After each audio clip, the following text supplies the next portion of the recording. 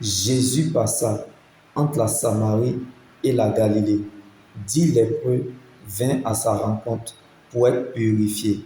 Jésus leur ordonna une instruction et leur donna une orientation.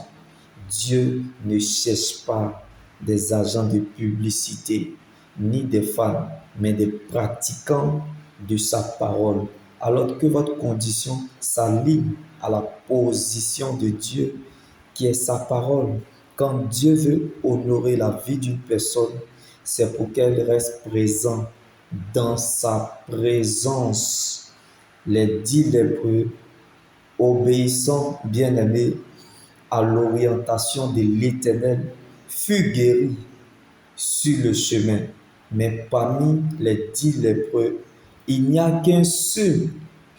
Ce qui est marrant, et devinez, un étranger qui revient vers Jésus et rend gloire à Dieu.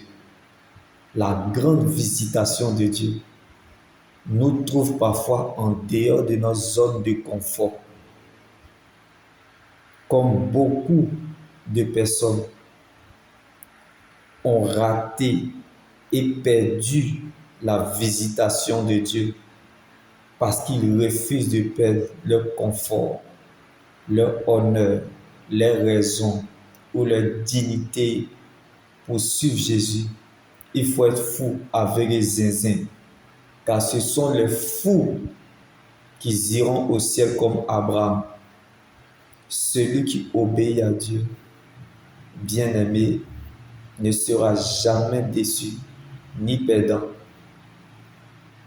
Et celui qui compte sur Dieu et dépend de sa parole, sa bénédiction ne sera suivie d'aucun chagrin, car c'est par la foi qu'Abraham est parti sans savoir où il allait.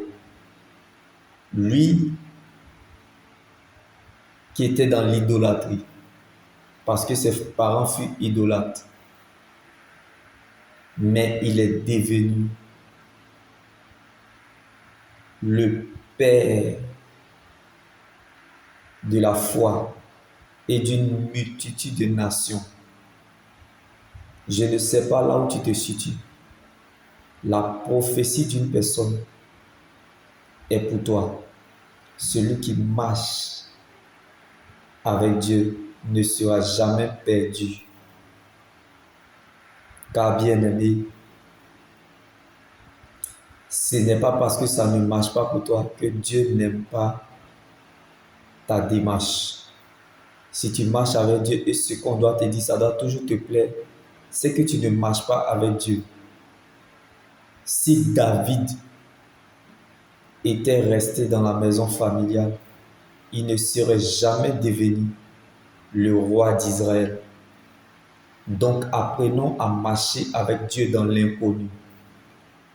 Car la grande et vraie visitation de Dieu nous trouve parfois en dehors de nos zones de confort. Car c'est dans le vent contraire que se découvre le vrai visage d'un enfant de Dieu. Les hommes t'emmèneront tendance au découragement. Mais sur quel sycomore te tiens-tu? Quel est le poids de ton Jésus? Quelle est ta véritable source de motivation en cherchant et suivant et servant Dieu?